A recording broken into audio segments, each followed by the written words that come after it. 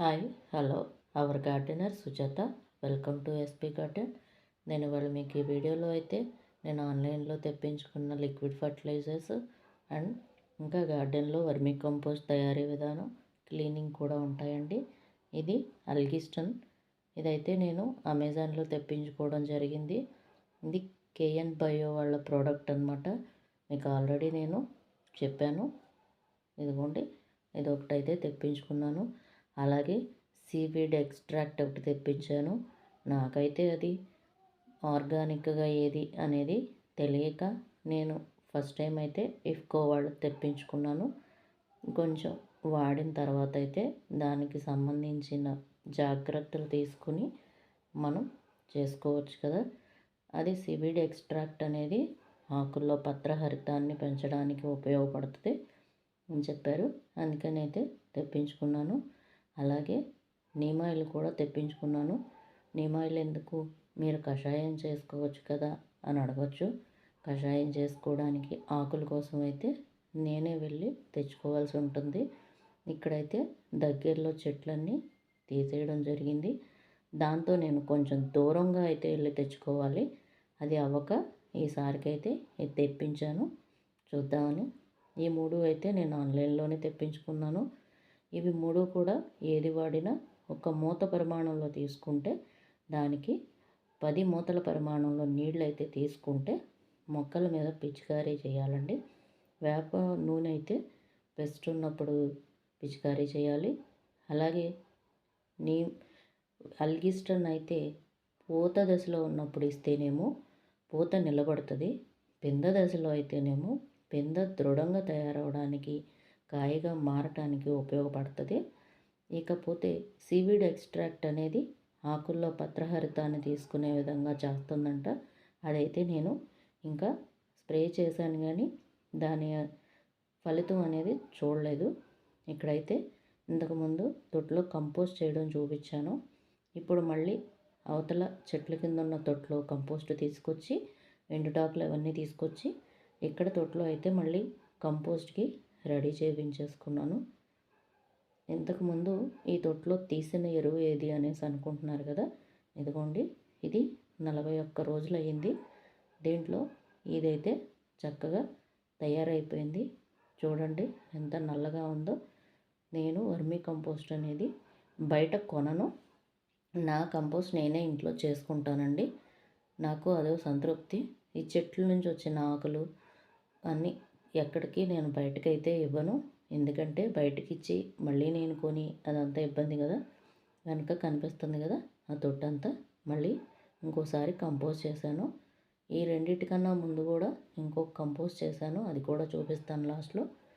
ఇదంతా చెట్ల కింద నేను క్లీన్ చేశాను కదా, అయినా సరే మళ్ళీ ఓడిస్తే మళ్ళీ ఎంత వచ్చింది.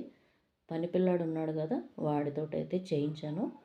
వాడైతే నీట్గా చేసేసాడు.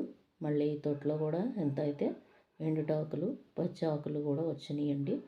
ఇక్కడ ఇంతకుముందు ఈ చెట్టు కింద సపోటా చెట్టు కింద వంటకి సంబంధించిన కర్రలు అయితే ఉండేవి. వంట చెరుకు ఉండేది. అదంతా చెట్ల కింద ఉండడం వల్ల పందికొక్కులు తిరుగుతున్నాయి. అందుకని అదంతా ఒక నెట్ అయితే కట్టిపిచ్చేసాం. ఇదిగోండి, చూడండి ఎంత నీట్గా ఉందో. అంతకుముందు ఈ చెట్లోకి రావాలంటే భయం వేసేది. మా పెట్ వచ్చిందనుకోండి, మీకు తెలుసు కదా మా బుడ్డిగాడు, వాడు వస్తే అసలు ఆ ఆకుల్లో ఎక్కడున్నాడో కూడా కనిపించేవాడు కాదు.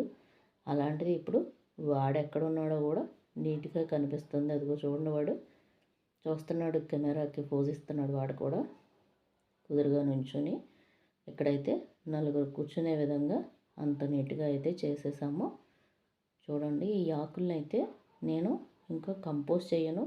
వచ్చేది వేసవకాలం కదా, మొక్కల మొదల్లో మల్చింగ్గా అయితే ఇచ్చుకుంటాను.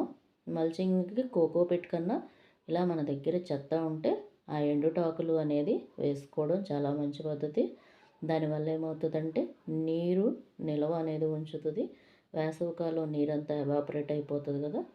ఈ అరటి చెట్లలో అయితే ఇంతకుముందు ఎండుటాకులు వేలాడుతూ చాలా దారుణంగా ఉండేదండి. అలాగే ఆ ఎండుటాకుల్ని మదగగా చేసుకుని పందికొక్కులు అనేది విచ్చలవిడిగా వీరవిహారం చేసినవి. ఇవిగోండి, పెద్ద పెద్ద సొరంగాలు వేసి ఎంత భయంకరంగా చేసినాయి అంటే ఈ అరటి చెట్టులోకి రావాలంటేనే భయపడే విధంగా ఉండేది. ఈ ఆకుల నుంచి వచ్చినవన్నీ కూడా ఈ ఎండుటాకులన్నీ కూడా తీసేయడం వల్ల ఇంతకుముందు ఎంత వివరంగా ఎక్కడ ఏ మొక్క ఉందో తెలిసేది కాదు. ఇప్పుడైతే మొక్కలన్నీ వివరంగా కనపడుతున్నాయి. పక్కన వచ్చిన పిలకలు ఉంటాయి కదా, చిన్న చిన్న మొక్కలు ఉంటాయి కదా, అరటి మొక్కలు, అవన్నీ తీయించేసాము. ఇగోండి ఇక్కడ కూడా పందికొక్క అయితే దాని ప్రతాపాన్ని చూపించేసింది. ఇగోండి ఆకులు ఇంకా కొన్ని ఉన్నాయి, పర్లేదు. అంతకు ముందైతే మరి చూడడానికే భయపడే విధంగా అయితే ఉండేది. ఈ పక్కనంతా ఈ ఆకులన్నీ తీపించాం. ఇక్కడ జన్యులోపం వచ్చిన అరటికెల ఉంది కదా, దానికి వచ్చిన పువ్వుని తీపించాం.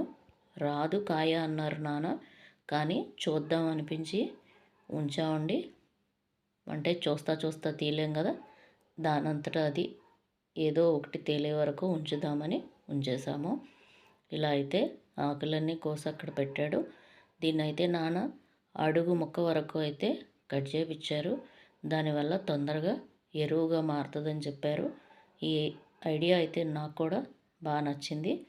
ఇది ఇక్కడే ఎందుకు వేయించాము అంటే, నాకు పైనుంచి ట్యాంక్లోకి వెళ్ళిన ఎక్సెస్ నీరంతా కిందకి పడుతుంది ఈ చెట్లలోకి. అందుకని ఆ నీరు పడే దగ్గర ఈ ఎరువుని తయారు చేసే ఈ ఆకులన్నీ కూడా వేసాము. దీని మీద నేనైతే OWDC సొల్యూషన్ కూడా వారానికి ఒకసారి పైన చల్లుతాను. అప్పుడు ఫాస్ట్గా 2 వారాల్లోనే మనకి కంపోస్ట్ అనేది రెడీ అయిపోతుంది. దాన్ని తీసి మళ్ళీ నేను ఈ మొక్కలకే ఇస్తానండి.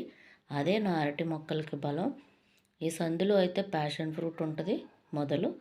ప్యాషన్ ఫ్రూట్ ఎందుకు జరిగింది అనేది తెలియదు, కానీ ఒక పక్క అయితే ఎండిపోవడం జరిగి దాని ఆకులు అయితే రాలుతున్నాయి బాగా.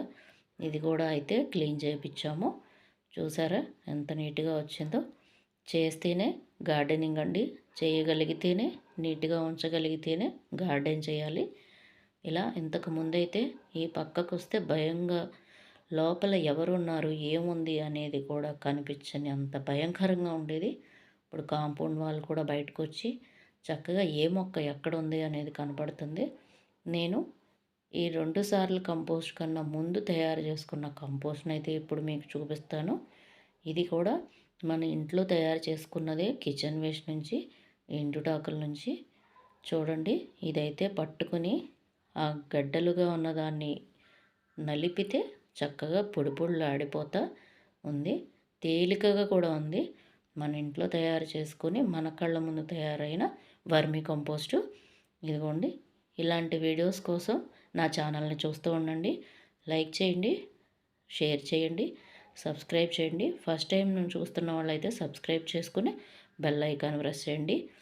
బాయ్ బాయ్ అండి.